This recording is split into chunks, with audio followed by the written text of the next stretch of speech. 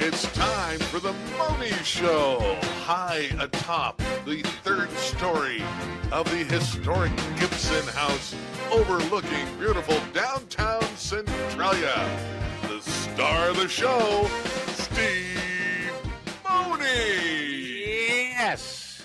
And welcome to another edition of the Mohney Show. You know, before we started things here, before we started to roll, I think I've done this introduction about 3 or 4 times now, so it could make the blooper reel. Last day of January, the 31st of 2024.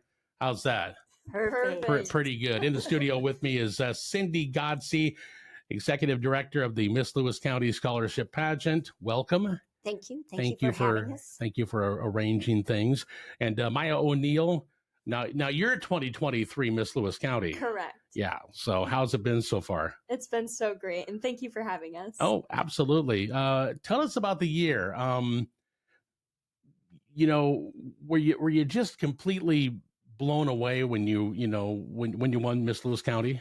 Yeah, for sure. I mean, when I think back about the moment they announced my name at the end of the pageant that night, it's almost like it was kind of like a blur thinking back on it in retrospect. Yeah, it was just a moment of shock. I was kind of speechless for a while, but it was a really overwhelming and joyful feeling, and it's been a super great year. So what are the, what's the preparation? I mean, at what point, in your life did you think, yeah, I might be interested in doing that?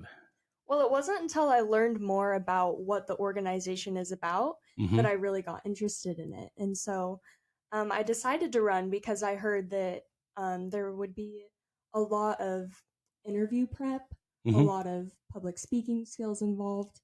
And I knew I would learn a lot, and I've always been big about like personal growth. And so that was something that really interested me and got me excited. So you're going to college right now, obviously. Yeah. What are you majoring in? Education. Okay, so you're going to be a teacher. Yeah. What year? What? Ideally, I'd like to do 1st or 2nd grade. Ah, yeah. My mom was a 1st grade teacher for Really? like 35 years. Yeah. Oh, wow. So yeah, always a challenge. But boy, just somebody to look up to when they, that first year of school. For sure. So you're going to college here at Centralia College, and you're heading out somewhere at some point. Well, I just finished my AA at Centralia College this December. And then in the fall, I'll go back to Centralia College to do their bachelor's program for very K good. through 8 education. So you can do everything here. Yeah. Man, that's great. There are so many opportunities at Centralia College. Absolutely. It sure is nice to have it right in our backyard, isn't it? It really is. Yeah. As far as what other things do you do? I mean, outside of school, and getting ready to be, Miss Lewis County. Yeah, so I'm also a dance teacher at Southwest Washington Dance Center. I knew that. Yes, I've danced there for about 12 years now, or I've danced for 12 years. I've been there for like 8 years. And so this is my 3rd year teaching there, and it's something I really enjoy, and it's actually what inspired me to become a teacher. So what do you teach? I teach ballet, and now I also teach jazz too. Very good. So, I mean, that's got to be...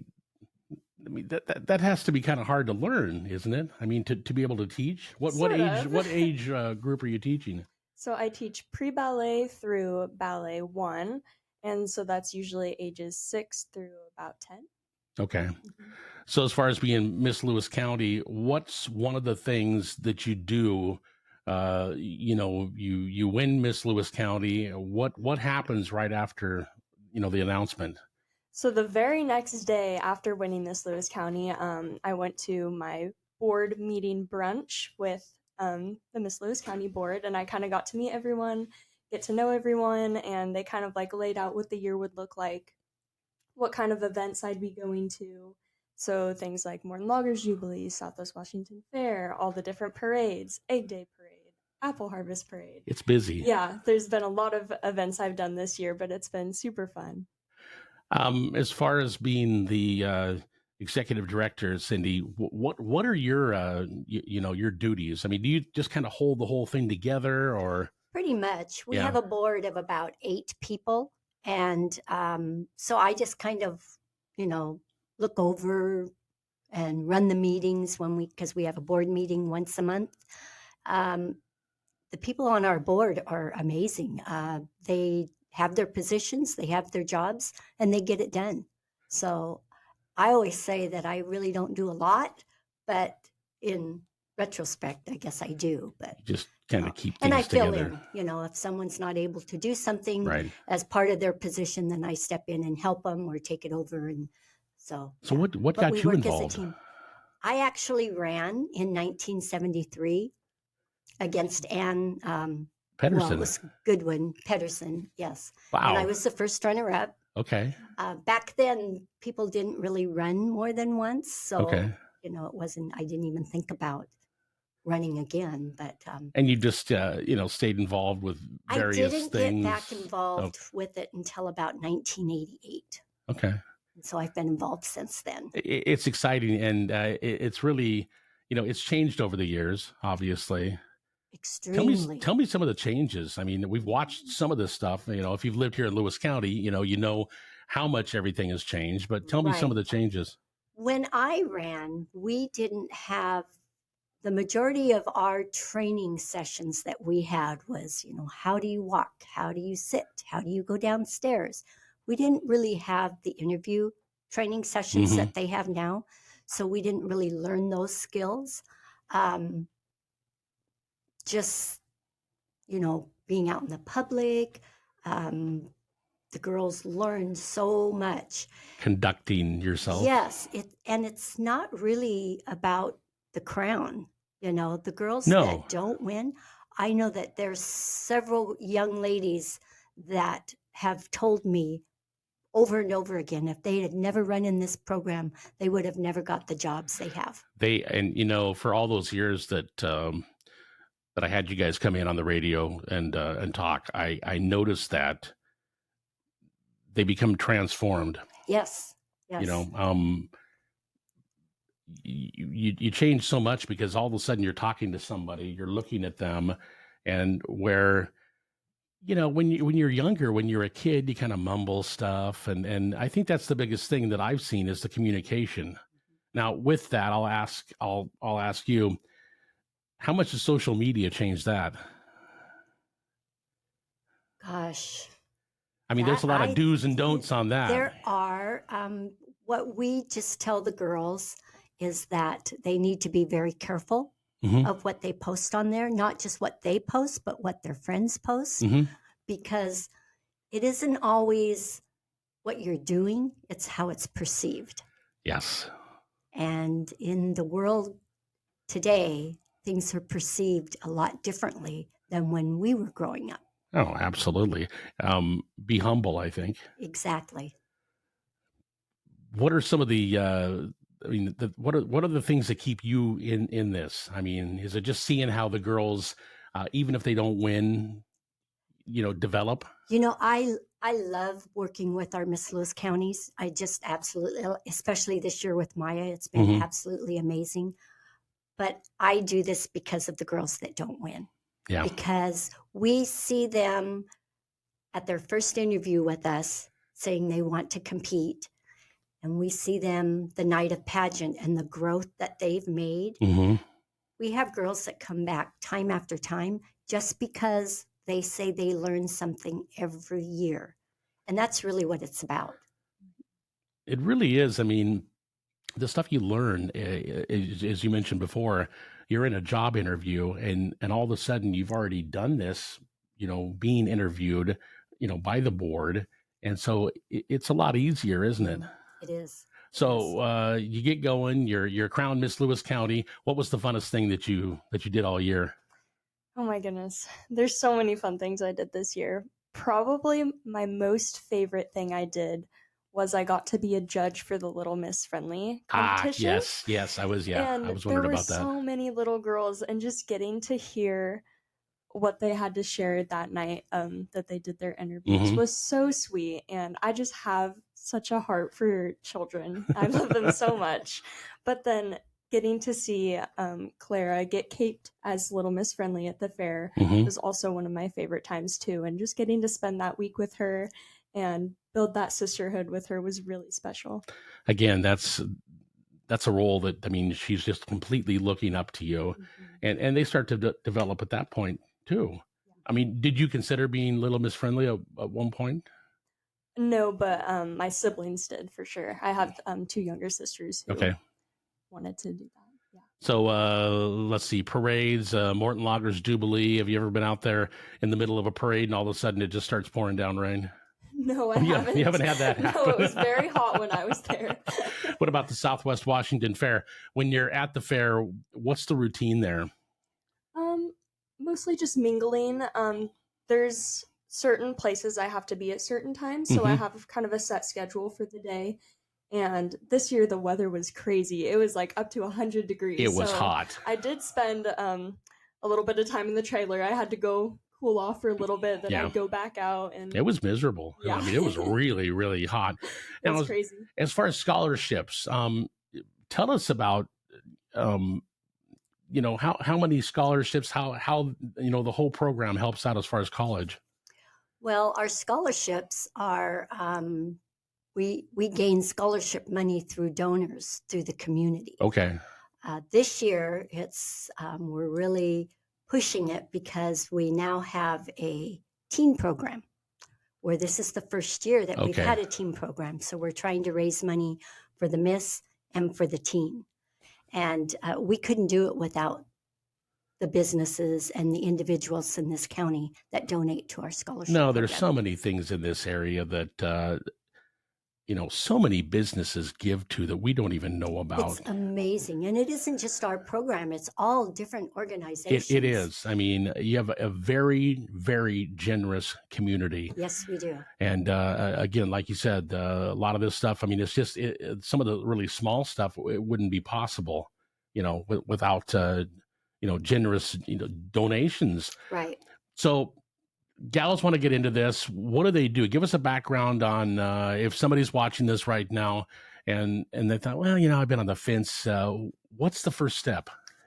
The first step is usually in about September, October, we post it on our webpage and our Facebook page that applications are out. And they fill out an application and send it in. That doesn't mean they're obligated to run. Okay. They get the opportunity to come and meet 3 of the board members. That's how we do our interviews. We give them all the information that they need, what's required of them to run, what's expected of them, and a little bit of what's expected after they win. We don't go into great detail, of course, but we do kind of give, because the parents are there. And so they take all that home with them. They think about it. And then we have a day that we call our contract signing day. Once they sign the contract, that's when they become a contestant. And this is a huge commitment, isn't it? It's a huge commitment. It's 8 weeks of training before our program every Sunday. And I've read through it a little bit. I mean, there's a lot of do's and don'ts on there, isn't there? It develops folks. Well, and the thing that people need to remember is that we don't make the rules. Everything that we do comes from Miss America. It's all Miss America rulings. So when something changes, it's not because we decide, well, we just don't like this, we're going to change it. Right. We don't have that choice. We have to go with what the Miss America rules are. So things get cooking, some of the first stuff in September, October. Where do you go from there? Well, in December is usually the cutoff date for applications. Okay. And then the first part of January is when we set up for interviews. And Sean Peters, she's our ladies director, and she's the one that's in charge of setting all that up because she's the one that really works with the contestants for those 8 weeks. Boy, she has been for a long time.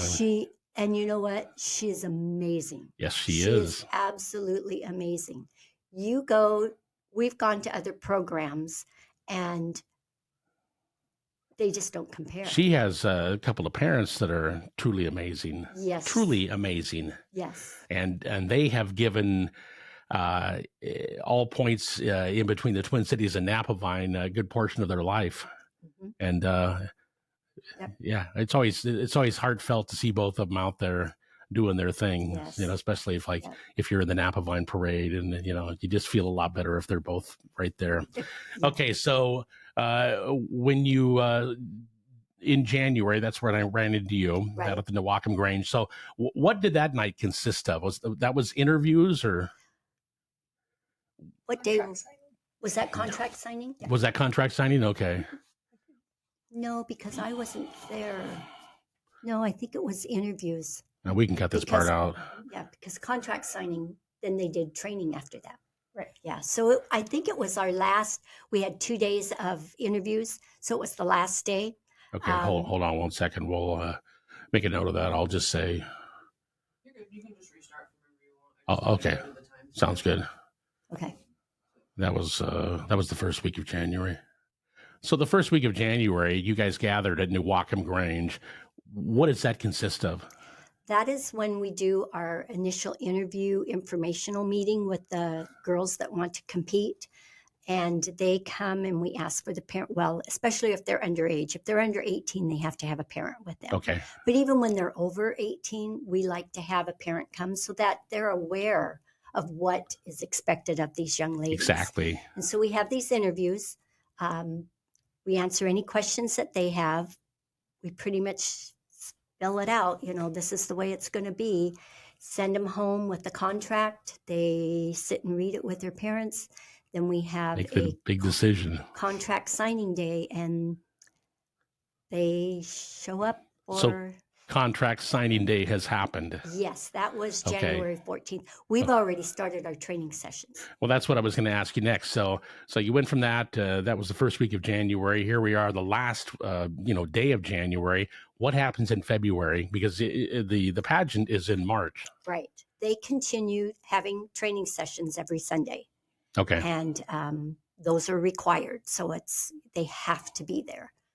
And then we have a bunco night for a fundraiser, which is February 7th at Old Blarney's Okay. at 5:30. So anyone that would like to come. So that's a fundraiser for the pageant. For the pageant. And Okay. all of the contestants will be there. So that's downstairs. That's downstairs. Okay. So it's kind of their first introduction in person to the public of those that come to the bunco. So it's at Old Blarney's February 5th and on February 7th. February 7th. And what does the night consist of? Tell us about that night. Have you ever played bunco? I've never played bunco. I've heard a lot about it, but I've never played it. It's a dice game. And when we were telling the girls about it, they were, well, do we need to go learn this? No, there's nothing to learn. Okay. I mean, you sit down, it's pretty explanatory, but it is so much fun. Okay. And, So how do you make money with that? Well, it's $25 for a ticket. Okay. And then we have some by chance drawing. Can't call it, Okay. an auction or whatever you want. Something. Yeah, you can't call it that anymore. So, but it's a by chance drawing. And so we have all different donations that people have given, like from different businesses. And so It's a big night. they'll buy tickets for that. And then they just draw. Where can they get tickets for that? For the drawings? For the event? They can contact one of the girls, Okay. or they can contact myself, or they can buy them at the door. Okay, so they are available at the door. They'll be available. And that sounds like a pretty good fun night. Yes. And it starts when again? It starts at 5:30, and we'll have like some little finger food Okay. and some little desserts, and then there's. How long does it go? I want to say it's usually over by 9. With a lot of fun in between. With a lot of fun. Yes. So where do It you goes crazy. a crazy It night, goes a crazy fun night, Crazy fun. and night. it helps you guys out, Yes. obviously immensely. financially. Yes. So Maya, where do you go from right now? You're kind of just towards the end, and do you help out with the whole thing, or? Yeah, I've been Okay. in training sessions with the contestants, helping out and just getting them prepared for the pageant. And it's been really cool to see how the program has grown this year with the teen program now. We have 11 total contestants, 6 Okay. Miss contestants and 5 teen contestants, which is huge growth from last year. We only had 4 Miss contestants. And so just getting to see it grow has been really exciting. Yes. There's been more energy, and I'd say we're all having a great time, and it's really cool to be kind of on the other side of things now. What do you think about like your age? Are gals your age? Is this something? Do you think it's as popular as it once was? Do you think things have changed? What do your peers say?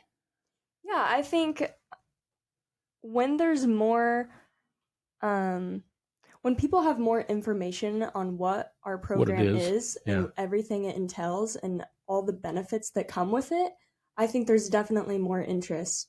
And like we went to the college and career day at WF West High School, Mm-hmm. and I got to share with so many girls everything that our program entails. And I think that's one of the reasons that we got more contestants this year. And so I think with that advertisement, there comes growth, and it's definitely something to look into. Even if you're a little bit interested, I always say, even if there's a little hint of interest, you should do it because you grow so much, and there's so much to gain from the program. And it might sound, kind of corny, doing this, doing that, but it's all about the growth. Absolutely. And depending on what you want to do, if you want to go to college, if you want to be, a career person, this helps out so much. I mean, the fact that, you're interviewed by the staff, the pageant staff, you come in here and you're talking, and, that's one of the things I've kind of noticed is, there's not really that, I guess sometimes when I talk to younger people, it's like, can I help you? Come on, man. Come on, pay attention here. So no, that is absolutely fantastic. So the pageant is, it's not too far away. It's about, 6 weeks away? Yeah, March 9th at the Corbett Theater at 7 p.m. So what do you do between now and then? Just again, attend and help out and mentor? Yep, we do Sundays from 1 to 5. We have our training sessions, and we kind of work on all the different phases of competition to get the girls ready so that they feel confident by the time March comes. So what was your, I think I know the answer to this question, but what was your talent as you went into it? My talent was a lyrical dance on point for Miss Lewis County. Oh my word. I did a lyrical dance on point, and then when I competed at Miss Washington, I did a jazz dance to You're the One That I Want from Greece. Nice. Yes. Very good. I love Greece. Do we know any of the talent stuff that the girls are working on this year yet, or? We do, but can't say anything. Right. It's a surprise. Yeah. Okay. No, I really appreciate both of you coming in. If folks want to know more about the actual pageant, where do they get the information? They can go on our website. Okay. And on the website, it does give names of people that they can contact, or they can leave. I think on the website you can leave messages. Okay. And then we can contact them. Is that where they can buy tickets to the pageant, or? No, tickets aren't sold online. Okay. They can buy tickets either from a contestant. Okay. Or it's funny because we usually send our tickets after the contestants sell their tickets. Then what's left we take to the chamber. But with 11 girls, we might not have very many tickets left over. Yeah. So none at the door? Hopefully we'll have some at the door. Okay. But they can contact us if they want a ticket. They are $25 for pre-sale and $30 at the door. Corbett Theater, Centralia College. What a great place. Yes. Oh man, it's just such a nice, beautiful place. Yeah. Well, I wish everybody that's competing good luck. Thank you, Maya, for coming in. Thank you for coming in and helping arrange the meeting here. Oh, you're so welcome. And let's get together. Maybe we can get together after, the pageant, and you'll be alumni by then. Mm-hmm. And I'm sure you'll stick around and give good advice, right? Absolutely. And good luck with your future endeavors as a teacher. Thank you. Again, thank you. Thank you. And folks, if you want more information, again, it's misslewiscounty.com, right? Yes, it is. So again, if folks want more information, it's misslewiscounty.com, and that's where they'll find it, right? Yes. Thank you very much. Thank you. Thank you. It's the Mohney Show, and we'll be back right after this. Your locally owned Napa store has had the parts and service you need for safe driving. Through February, see better on dark roads with night vision headlight replacement bulbs. Save $15 on the 2-pack. Don't get stuck with a dead battery. Claim a $20 gift card with the purchase of a Napa Legend or Legend Premium battery. Start the new year off with an oil change. Save up to 42% on Mobil 1 synthetic oil. Wilson's Napa Auto Parts, open 7 days a week in Centralia, Chehalis, Rochester, Tenino, Castle Rock, soon in Onalaska, and at lewiscountynapa.com. And we're back with the Mohney Show. Thanks again for Maya O'Neill, Miss Lewis County, for being here just a couple of moments ago, and Cindy Godsey, Executive Director of the Miss Lewis County Scholarship Pageant, with us just moments ago. Paul's back. Yeah, I see I got bumped. You didn't get bumped. Oh, I got bumped. Miss Lewis County walks in and all bets are off. I'll tell you why you got bumped. You got bumped because Miss she Lewis has County, a crown. Yeah, well, exactly. Well, I have a tiara. I don't wear all the time. I was going to say, if you want to wear that thing, you'll fine, be no, okay. I understand where I fit into the show now. You'll be first in rotation. Yes. A lot of sports coming up in the next couple of days. I thought we'd bring Paul Walker in here to give us a update. Man, let it fly. Believe it or not, didn't we just talk about all the state fall tournaments? We did. You know, we had volleyball and soccer and football and all that. You guys are Seems busy. like we just did that last week, right? We did. Yeah. Well, we're starting again here with the Winter Championships. Okay. Beginning Wednesday. It's winter. Yeah, it's in the winter. We will be up at the Bolero Lanes in Tukwila. Bolero. And that sounds like a great place. The state, it is. It's a fabulous place. It actually really is a really fun place to go. How many lanes? 40. They have 30 on one section, and then they have another 10 behind them, and a massive arcade. And then off to the other side, they have a bar, 2 shuffleboard tables, and at least 8 pool tables. It is a destination that you will have fun in. I was going to say, where is this place? It's in Tukwila. Tukwila. Near South Center. Okay, so right off I-5? Yep. Well, kind of. Yeah. Okay. Back in there. Yeah. And it's called Bolero Lanes. Bolero Lanes in Tukwila. And they have Paradise Lanes in Tacoma. They have, I know they have a Bolero in Linwood. They have the Garage Lanes in Seattle, and there's another one, and then they have one down in Portland. So up here in Western Washington, there's 5 Bolero locations right now. Wow. So, looking to expand as, unfortunately, a lot of bowling centers are doing what newspapers and radio stations are doing, shutting down. And that's extremely unfortunate because, I'm not a good bowler, but I do enjoy bowling. No, absolutely. You're a pretty good bowler. Well, I used to be. It's been a while. But I will say this. Again, Lewis County, you are very lucky. You not only still have local radio, you have, of course, Mohney here. You have a local newspaper. Doing the Mohney Show. You also have a local bowling alley. And the new owners there have really done a great job. They've done a great job. And if you haven't been into the Fairway Lanes, Fairway Lanes, it's so much fun with the Rock and Bowl. And they've got so many, so much league activity going on there as well. But they've got the best little bar. Yep.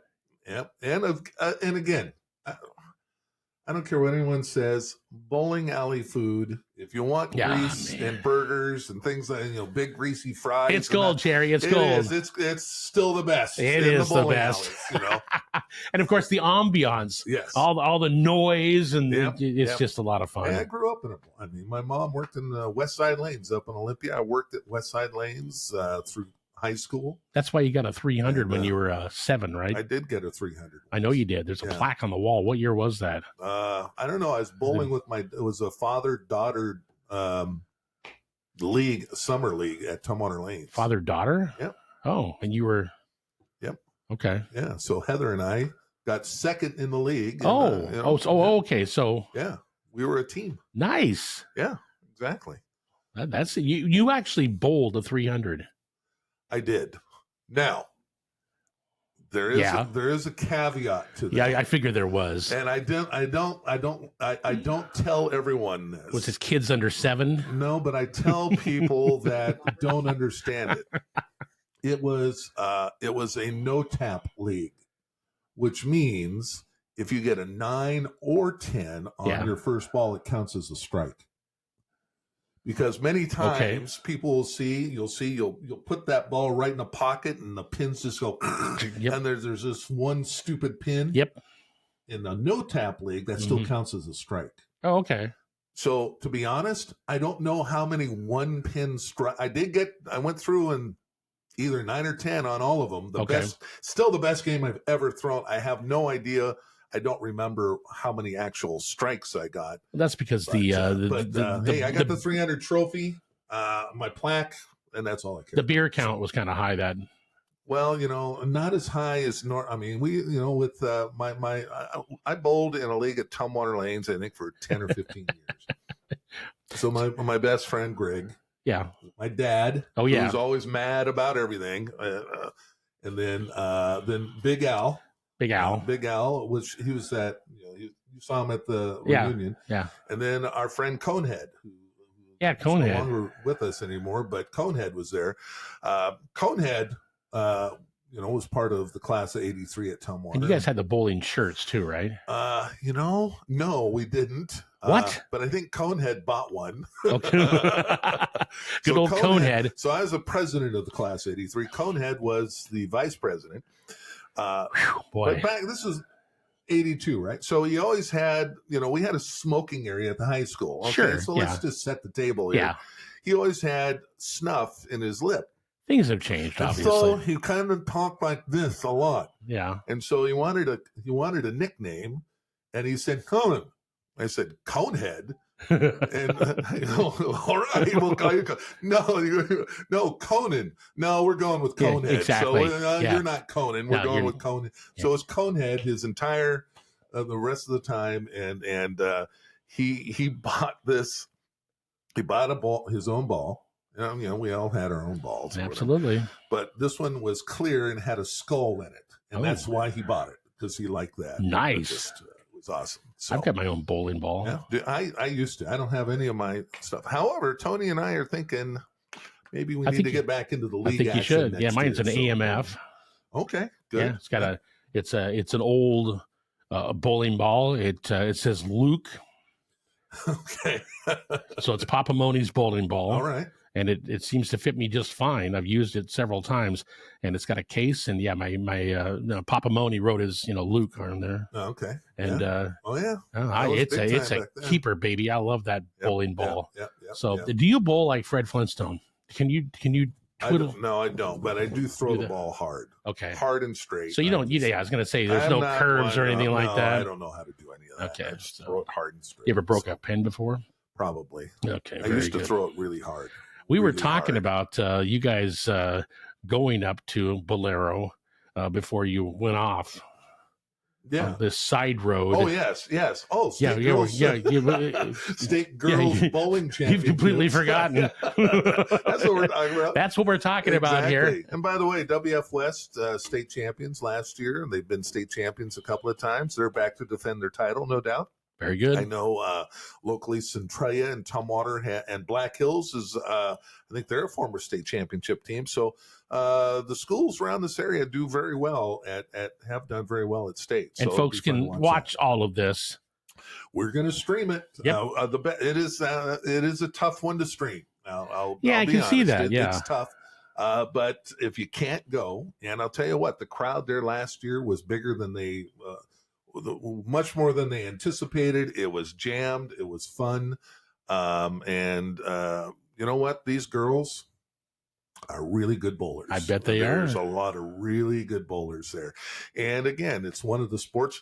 Look, I love it. That's great. I played football, but I'm not playing football at age, 59, but I can still go bowl. Yep. You got bowling, you got golf.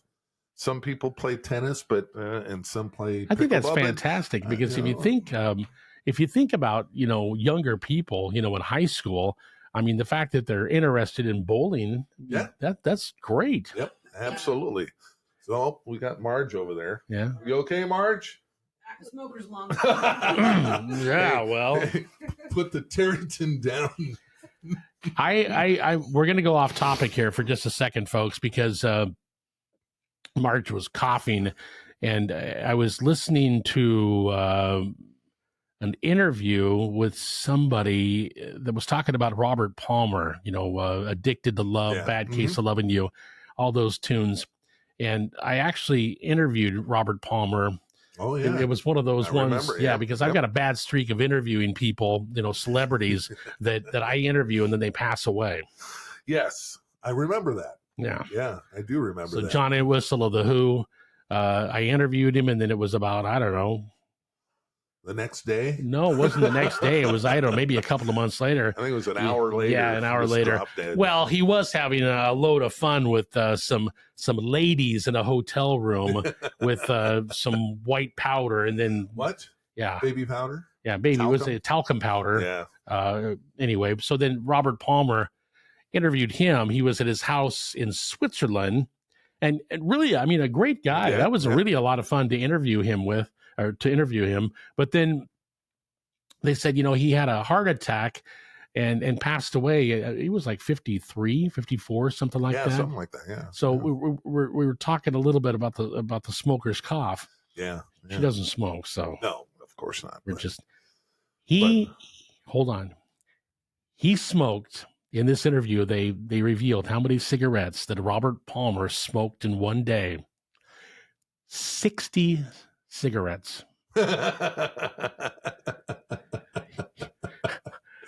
All at one time. How do you do that? How do you smoke 60 cigarettes in one day?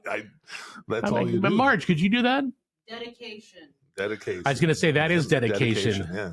Yeah, and addicted to love. Yeah. Addicted to something. Boy, I had a bad case of loving you too. Anyway, Yeah. back to your Anyway. your sports so we preview. have girls bowling, and no, you can't smoke in. No. I know they call them bowling centers because bowling alleys, for some reason, I like the bowling alley. But either way, Well, why can't you call it a bowling I alley? don't know. They're all centers. Okay, all right. Trying to get away from this. It's I worked for many years at That's the fine. racetrack. Yeah, And everyone thinks when you go to the horse racetrack, you think of an old man in a tweed jacket and a little hat and a cigar. right. And I go, yes, they're here. I'll go show you where they hang out. There Right, they right. are. But there's a park at the other end with clowns and toys, and kids are running around having a great time out in the sunshine. Oh, and, absolutely. things like that. It's the same thing with bowling, and there are bowlers that are very serious and they really like it. But the last time I looked, bowling remained the number one participatory sport in the nation Really, by far. Wasn't even close.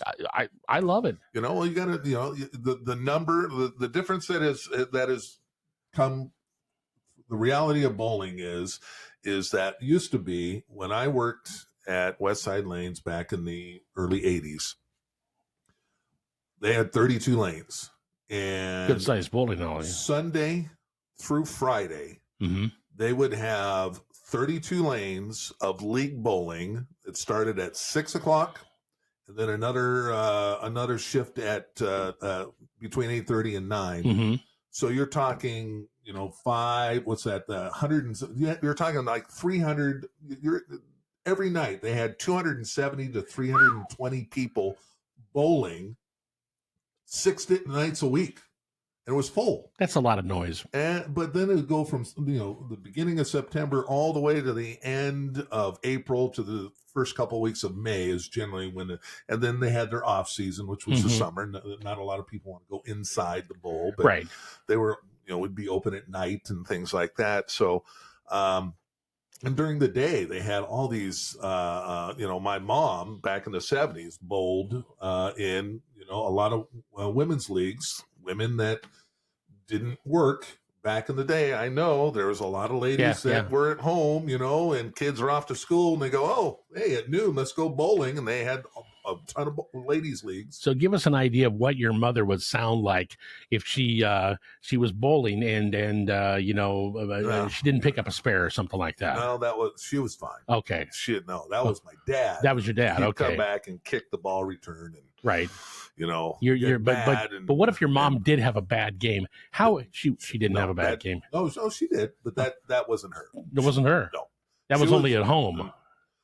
No, you knew where you stood at home, but Yeah. bowling, no, it's fine. She had So, 3 boys, right? Yes, and then we have a younger sister. How was it that she raised those 3 boys? What do you mean? Were there comments made about maybe stupid things that her boys did? Constantly. Okay, well, give us one of those.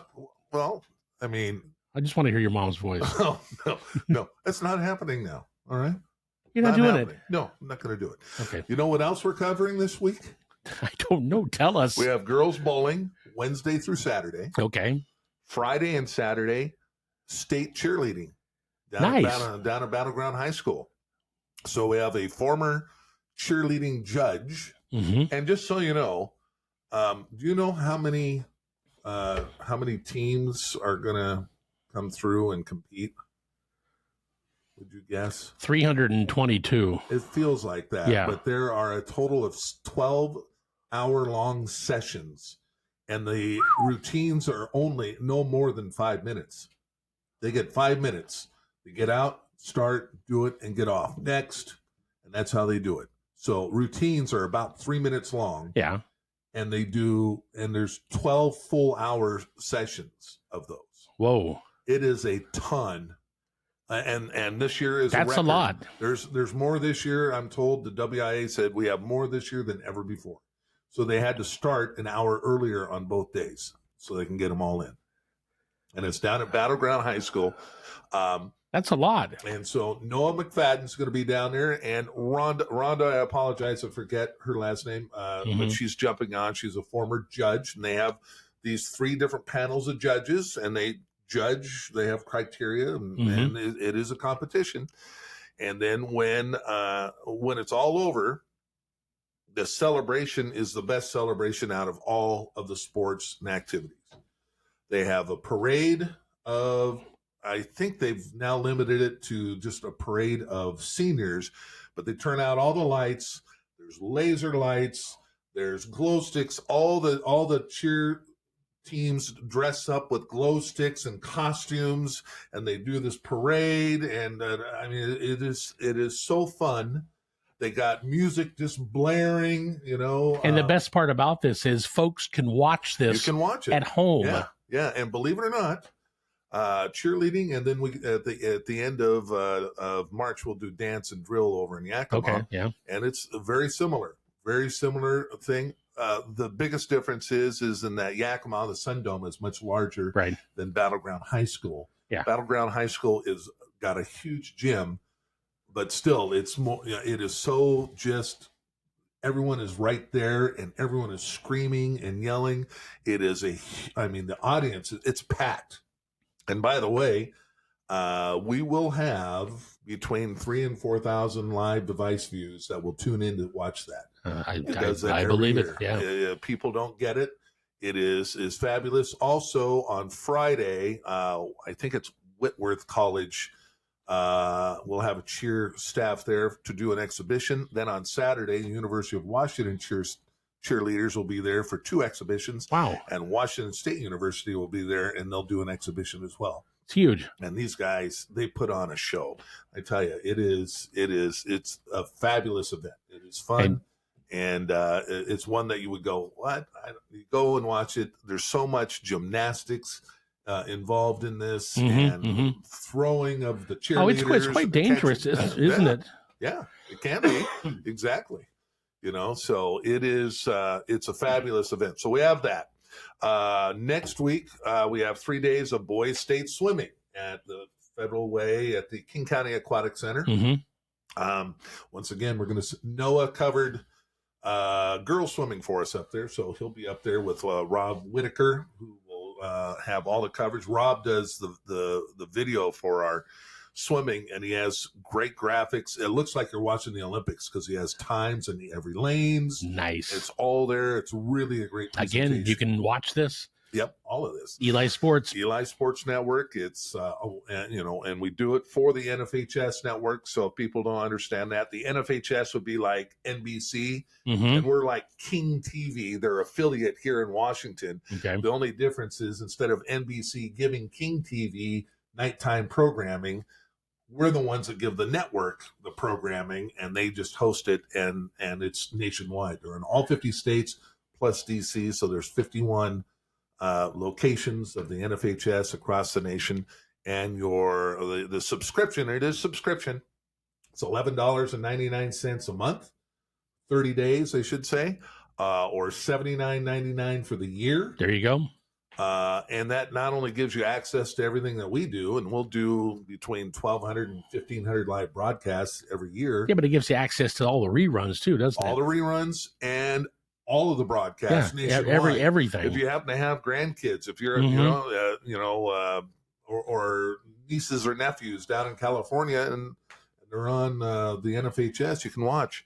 Like I tell people, you know who Bronny James is? You know. Yeah. LeBron James, right, son. Yeah. And then a lot of the other NBA players, they had kids that were playing in high school down in California. They were on the NFHS. You could have watched them.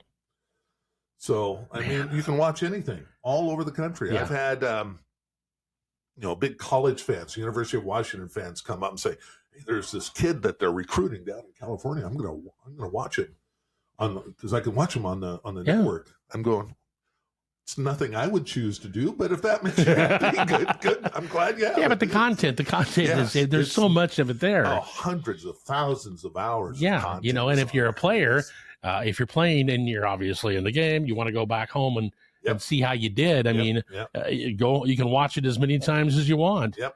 And your parents, your grandparents, whatever. It's all there, And so we also have on February 23rd and 24th, state basketball regionals, and there will be a total of 120 games, and I don't know where the locations are yet, and when we know that, we will fill those locations that don't have the automated cameras first.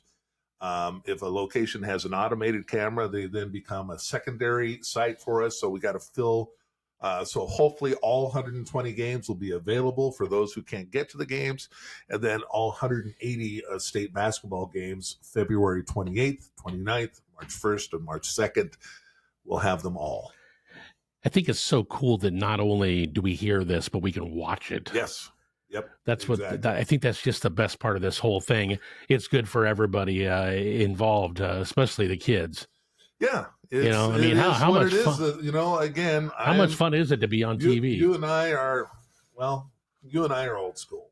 Yeah. So for me, I loved doing radio. Sure. Yeah. I mean, and I think that was the biggest part of the ego for me is knowing that you had to rely on me to explain it, paint the picture. Paint the picture. That was the fun part of radio to me. We still do that because you know what we found out is, do you have your phone on? I don't have it. You have your phone on you there, dear? Yeah. Can I see it real quick? Stand by. So, we used to see people in the stands with transistor radios. Right. This is now a transistor. Yes, radio. it is. And what we hear about when we first went to doing all video, and because prior to that, Eli Sports was audio only. Prior to that, we did a radio style broadcast. So when we went all video, we switched over to doing a video style broadcast, and we got complaints.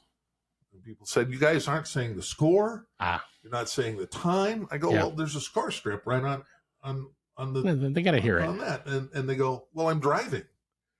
Yeah, I'm working. My phone's in my back pocket. I'm listening." My light bulb moment there was the biggest change in everything. Here's the biggest change, and it doesn't, I don't know if it needs to be talked about, but the reason that we have moved on so quickly to being so connected, and I think it's been to the detriment of traditional media, is unlimited data plans. That has been a massive change when you had to count your hours and everything, and video chewed up that data. You had your month's worth of data chewed up in an hour because you're watching a video. You don't have to do that anymore. And they don't. I don't even know if you can get those plans anymore. I mean, everything is unlimited. And then everything's slowed down. And so I'm waiting for it to load. So now people don't have to worry about chewing up their data when they're not watching. They can listen. Yeah. So we deliver a radio style broadcast. Which, yeah, that's fantastic. So it is very interesting how this whole thing goes. You know, again, They can, and if they're at the event, they're listening to you watching. they are. It's a little tough because there is a 2-minute delay on. Oh, is there? Okay. And so people have asked us, why is there such a delay? There's still, it depends. What we are dependent on is Wi-Fi and Ethernet and strength of signal. The other issue is, so are you. We have to have enough to be able to upload it, to get it onto the platform. And then it takes a little bit of time for it to catch up. So we have to have a delay to allow the video to actually get up onto the platform, and you have to have enough Wi-Fi, which you don't need nearly as much to download. But if you don't, if you're short, that's when and we'll get a message. Hey, there's something wrong with the video. And well, you know what? There's like 3,000 people watching. You're the only one complaining. I think it's on your end. Yeah. So on this, you have to have enough Wi-Fi on your end to be able to stream and watch it. Yeah, well. I've had trouble too because I've still got dial-up. So yeah, I know. Yes, and you bring that avocado green dial-up phone with you all over everywhere. I'm on America Online. Yes, makes some kind of a strange noise. Boy, that sounds like a lot of stuff going on. How do you keep track of all of it? Well, we have Matthew. Oh, you know, Matthew's he's the producer. Well, he's the director of operations, and he does it. Yeah. So we had him on the show here just a couple of weeks ago. You were on assignment. So I'm always on assignment. I know you are. I think I had a nap planned or something like that. So that's what's coming up this month. We have between now and March 2nd. It's our busiest time of year. I mean, that's just a full plate of all kinds of stuff going on here in the next couple of days, right, Paul? We're starting tomorrow. Yeah, leaving tonight for the Ramada Inn in Tukwila. Ooh. Jealous? Not the Ramada. The Ramada. Yeah. I think they've got some live music in there in the Ramada Inn. That's their little cocktail lounge right there. You know, we went up. They have shag carpet in there. We went up and checked it out. Checked out Bolero. Yeah. Just to make sure we would have everything.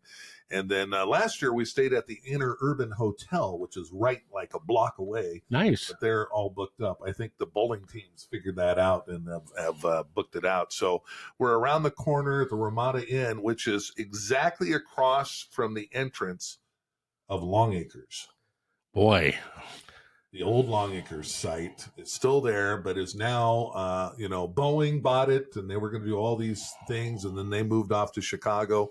It is now the home of the Seattle Sounders. Oh, it is? Yes. They're building a massive campus there. Good. And a ton of fields, and so couldn't be happier that since it's not the track anymore, that it's something. But the ambiance of the old Longacres. It's still called Longacres Way. Okay. I mean, if you once you get back from a really busy day, the ambiance will lull you to sleep, right? Yes, exactly. I'll still hear the hooves pounding down the home stretch there. So this is the authority and he loves horse racing more than anything. Oh, my number one sport. Everyone thinks it's football. It's horse racing. It's horse racing. Yeah, and you're good at it too. Yeah, exactly. We're gonna take a break. When we Still come back, be a jockey one of these days. Yeah, I know you are. Look at me. Clearly jockey material. Absolutely. Well, the Clydesdales are. I'm not even sure one could carry me. I can just see us with a ladder out there. Or some kind of a cherry picker. All right, hoist him up right now. Okay, I'll take the harness off. Anyway, we're taking a break. We're coming back with the debut of a segment. Yeah, this is all you. Yep. It's called Walker's Walking in History. Exactly. It's pretty good. This is the next one after this one, and you can see right there, Steve, stay out, top secret. Yeah. So Paul informed me that even if you put that on my desk, that I was not allowed to look at the content because I have to guess what this whole thing is. Every time we do Walking in History, Steve has no idea what I'm coming at him with. I promise you that. And so the first one is coming up, and it's pretty amazing. I tell you that. Well, I didn't peek either. I know you didn't. There's no way. I didn't have anything for you to peek at. Yeah, there was nothing, no nothing, way.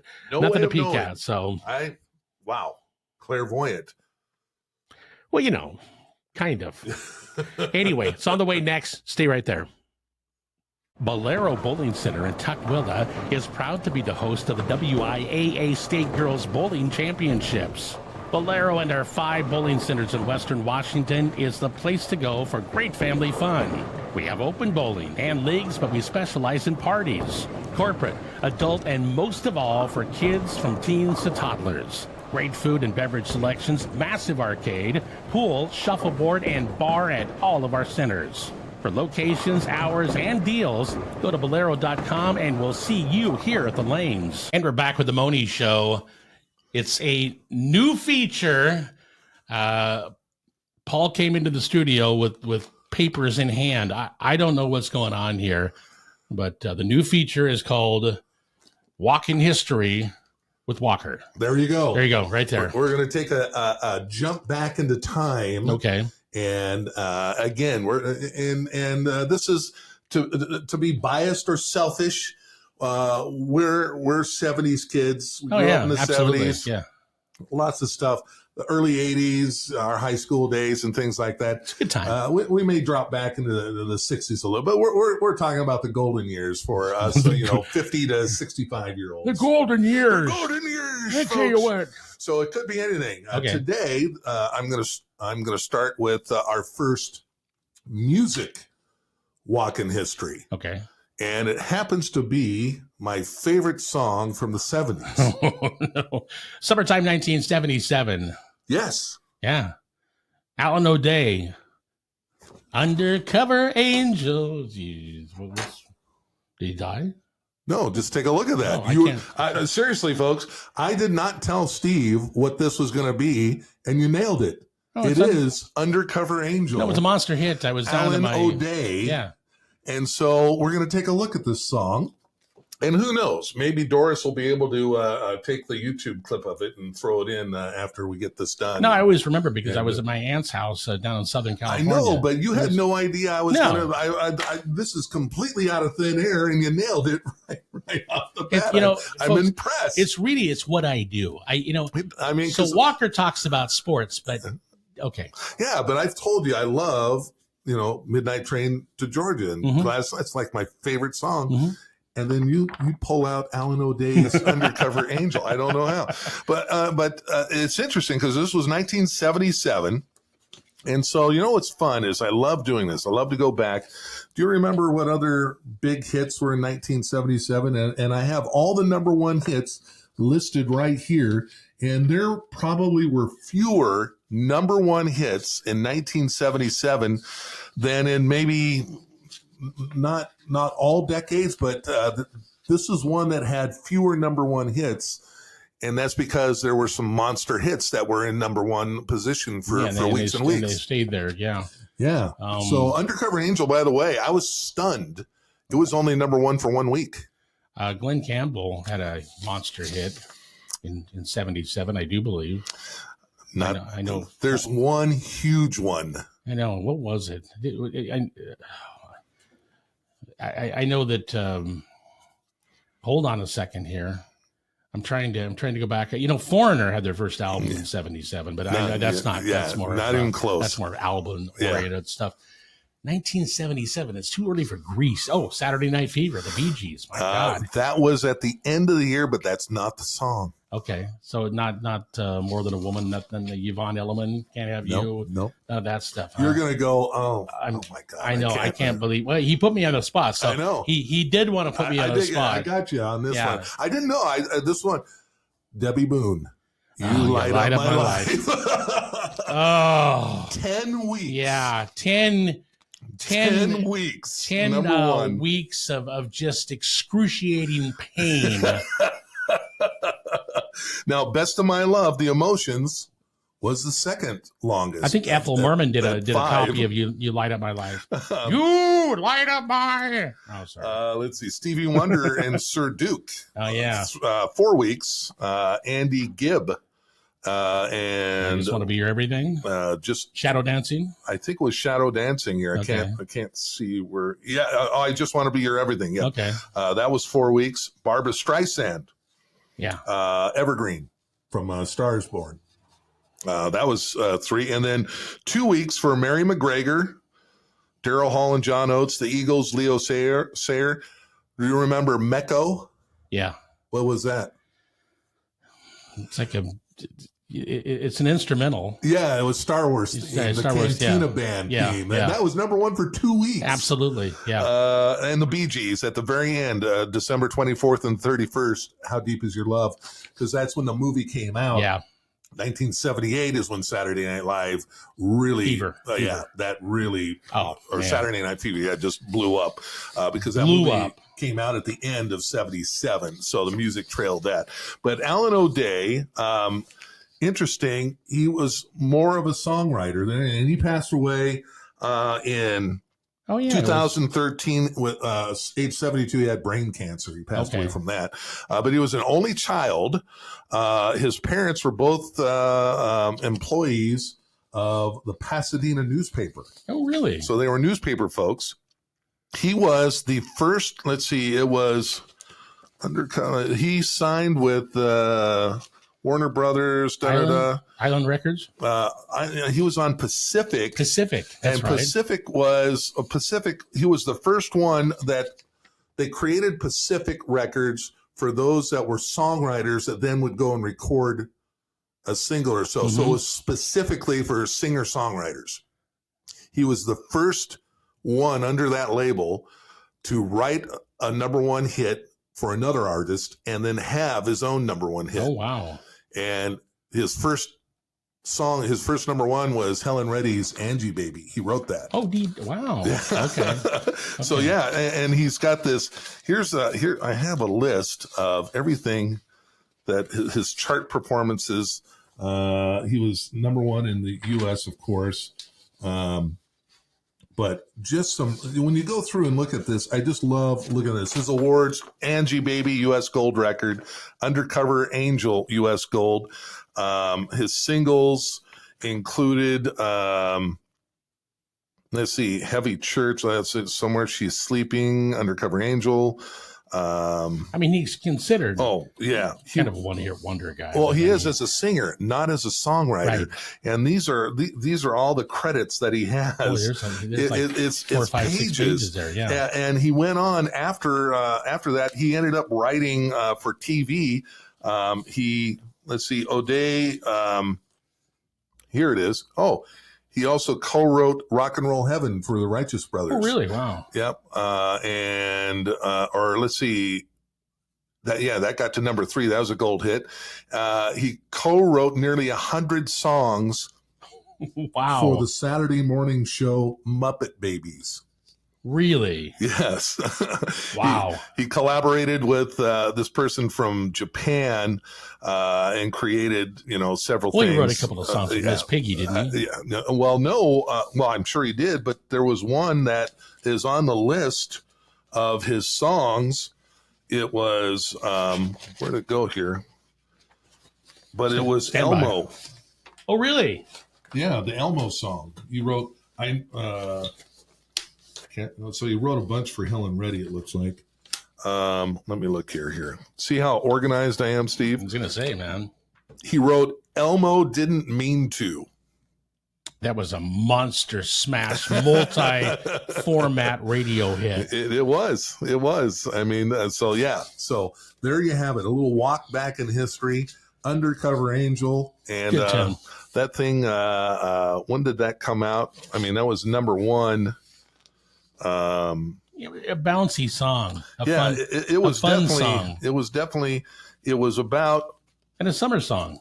It was a summer song that came out then, and the song begins with a man describing his loneliness when a woman suddenly appears in his bed and encourages him to make love to her. The rest of the song describes his feelings about her. Then he discovers she must leave him, and he is saddened. She tells him to go find the right one, love her, and then when you look into her eyes, you'll see me again. That is a deep I never knew there was that much meaning to Undercover Angel. There's a lot of information in there. There is a lot of information in there, but I think that just it proves how many songs over the decades that we don't completely know what they're about. You know, again, he passed away in Westwood, California, battling with brain cancer. He was interned at Coachella Valley Public Cemetery. So really? Go down and lay a wreath of flowers at Alan O'Day's gravesite. Go down there to see a concert. Yeah, exactly. I haven't been there yet. No, I haven't either. Oh, he wrote The Drum, a big hit for Bobby Sherman as well. Remember Bobby Sherman back in 1974? I think Bobby Sherman was on Emergency a couple of times. I think he was. Yeah, and actually he ended up being, he was a real life cop or paramedic or something like that. Really? Yes, he did. You know, yeah. Eddie Haskell. Yep. He turned, Ken Osmond, who was an LA cop. Yeah. Yeah. In fact, he was injured. He was I think he was shot in the line of duty. I think he was. Yeah. Yeah. Oh, we could go on and on. I know. Exactly. Hey, one of my favorite songs a year before that, Orleans and Still the One. Still the One. So to start off 1977, the first number one hit of the year, Tonight's the Night. Rod Stewart. Yep. And then you had, some of these just bring it right back. You Don't Have to Be a Star, Marilyn McCoo and Billy Davis Jr. By the way, maybe the top song that got on the Ronco and K-Tel albums that year. Right? The guy behind those K-Tel albums, genius. Yes, absolutely. But the thing of it was, okay, the songs, 3 minutes and 52 seconds, that you hear on the radio, whatever. Which is already cut down. Yeah, exactly. That wasn't added. And then, it's 90 seconds, 90 man. Seconds on the K-Tel one. Leo Sayer, You Make Me Feel Like Dancing. Yeah, I love that song. How about that? And then one of my favorites, Car Wash by Rose Royce. Oh, yeah. Working at the car wash. Mm-hmm. And then one of your favorites, this is, state office background music, Torn Between Two Lovers by Mary McGregor. I don't mind. Blinded by the Light, only 1 week. Really? For band, yep. New Kid in Town, the Eagles, only 1 week. Mm-hmm. And then Barbra Streisand, Rich Girl. I think the Eagles, I really think the Eagles were ahead of their time at that point. Oh, they were. I think that Hotel California, I think it was just too, it was too advanced. I mean, Hotel California was on there for 1 week. It's a masterpiece. Yeah. And I think it did, over the years, over the decades, it's done, I think much better. Yeah, the one you were thinking of, Glenn Campbell, was Southern Nights. Yep. But Dancing Queen was after Rich Girl. Okay. And you know who knocked off Dancing Queen for the number one hit? And just currently in the news. You mean right now? No, back then. Oh, back. Currently in the news, David Soul, Don't Give Up on Us, Baby. Oh, yeah. His speaking of, how many one-hit wonders were in 1977 alone? I'm Your Boogeyman, Casey and the Sunshine Band. I'm not too sure about the David Soul song. Dreams and Fleetwood Mac, yeah. one week. Marvin Gaye, another instrumental. In fact, Undercover Angel knocked this one off the top of the charts, and that is Gonna Fly Now, the theme from Rocky. Ah, yeah. That was it. Yep. Looks like we made, who knocked Alan O'Day off? Another, I would call, one-hit wonder. 1977. I have no idea. Dadu Ron Ron. Oh, by Sean Cassidy. Exactly. You do that, and then you go right into that, and then knocking off that hit was Looks Like We Made It by Barry. Hey, remember that time when David Cassidy hung up on us? Yes. We were interviewing David Cassidy, and what was that? They were late calling, so we didn't have much time, and Paul had to go into the news, so we did it live. And Paul opens up his big trap about Bonaducci. So what's about Bonaducci? And Danny had been in some trouble, and it was just click. So dial tone. Interesting fact about 1977 here. Yeah. There were 24 number one hits from January 1st to July 23rd. After July 23rd, there were 1, 2, 3, 4, 5, 6, 7 more Wow. number one hits. So they just stayed. It was 4 weeks for I Just Want to Be Your Everything, because I Just Want to Be Your Everything was number one, then got bumped off by Best of My Love by The Emotions, which then held number one for 4 weeks. And then Andy Gibb came back with I Just Want to Be Your Everything with a number one. It bounced back as a number one. I've still got that album. And then Best of My Love came back again. Oh, so really? They were interrupting down. each other for like 6-7 weeks here. And then the Star Wars thing, and then You Light Up My Life. 10 weeks, and then they ended it with How Deep Is Your Love with the Bee Gees. So 7 number one hits for 6 months. Thank goodness we ended things with the Bee Gees. Well, Man. which was just the start. Oh yeah, no, I know, because it got in 78. 78. There's probably 5 number one hits, Well, right? Yeah, the Saturday Night Fever soundtrack just dominated all over the place with with not only the Bee Gees, but I mean everybody else that was on the soundtrack. But that Debbie Boone song. That's a little more than I can take. 10 weeks. That's like the Titanic theme. 10 weeks. Wow. That woman and then Yeah. those are like right there. I'm that woman. Fatigue.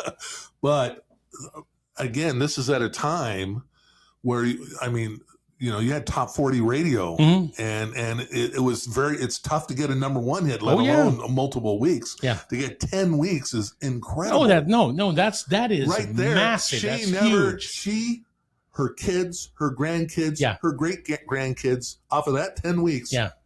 never have to work a day in their life. No. No way. What'd your mom do? She sang that song. Oh yeah, that song right there. That was that. Boy, we could go on and on about 1977. And then 78. Yeah. You got by 78 Player, Baby Come Back, and then 76 Bicentennial Year. McCartney and Wings, and just so many good songs. We'll continue this. Yeah. Yeah, absolutely. And this is so that's a walk in history with Walker. A walk in history with Walker. Thank you. You bet. And you're going to surprise me next time as well, right? Absolutely. It may not be music. It could be a product from 1970. It could be an event from 1970s. It could be a car that was introduced in 1977. Who never knows? A lot of stinky cars back then. No, not 77, but from that era. So, okay. Yeah, exactly. Well, we'll do it again. Thanks for joining us on the Mohney Show. The real estate market is changing, and John L. Scott can answer your questions with a free market analysis. If you're a homeowner, it's really important to get a current market analysis. It only takes a few minutes of your time and contains valuable information about your biggest investment. This might be the year to make a move and take advantage of this market. For your free market analysis, see Laura Lee today at John L. Scott, 900 West Main in Centralia. And we're back with the Mohney Show. I had an idea that it was Undercover Angel. You know how much I like Starland Vocal Band and Afternoon Delight. Afternoon Delight. Jigsaw, Sky High. Ooh, how much that's a I good love one. that. I could have gone with any of the Bee Gees, of course. All that. Oh, Jigsaw, that's a good one. Pull that out of that. I was dumbfounded. I go, there's no way he knew. I have the 45. Oh, I know. And you know what? I have the 45, and it was played at the skating rink right here. Oh, I'm sure. A couple of blocks away. That's where I got it. Everywhere. Yeah. But they had, I was like 14, and they were selling some of their 45s that they didn't need anymore. And so, yeah. so I grabbed that one. Hey, there you go. I'm surprised you didn't, You Light Up My Life, probably it was all right. Now there's some there, I like a lot of different music, but there's some of these things. I just have to draw the line at some point here. So, okay, now we're looking forward to the next edition. Yep, that's coming up. And sometime whenever we're out of other things to talk about. But I will not know anything about it. Any of these segments, whenever they show up, Steve has no idea what I'm coming. And it's not just music. We're coming at different things all over. Different subjects all over the place. He will really enjoy the next one. Oh, good. One last thing, real quick. because it just occurred to me. And I think we're a little hard, really, Debbie Boone, and You Light Up My Life. I'm wondering if you have the same reaction that I have to that song, if it's number one for 1 week. It was number one for 10 weeks. 10 weeks. And that's not counting the weeks it took to get up or to leave number one. And I think that is the reason that there's so much love-hate of that song. Because I do like the song. It's just that it was... Yes. I mean, it's like Bruce Springsteen and Born in the USA or some of that stuff. It's like... And Phil Collins. I mean, I'm just noticing now that in all aspects of where you get your music, that some of those are coming back. Yeah. Because they were so burned out. I mean... Yeah. Remember Springsteen's Born in the USA? Over and over. I'm and exhausted over. Yes, still. exactly. I mean, and that was a long time ago. Exactly. So that's the thing with You Light Up My Life is, and also it always sounded like she was yodeling. It worked. You're darn right. Yeah, it worked 10 weeks worth and even more up and down. So at any rate, you guys have a great weekend broadcasting. All right. And good luck with all the sports. And when you're at the bowling alley, stay away from the French fries. No, get extra. Exactly.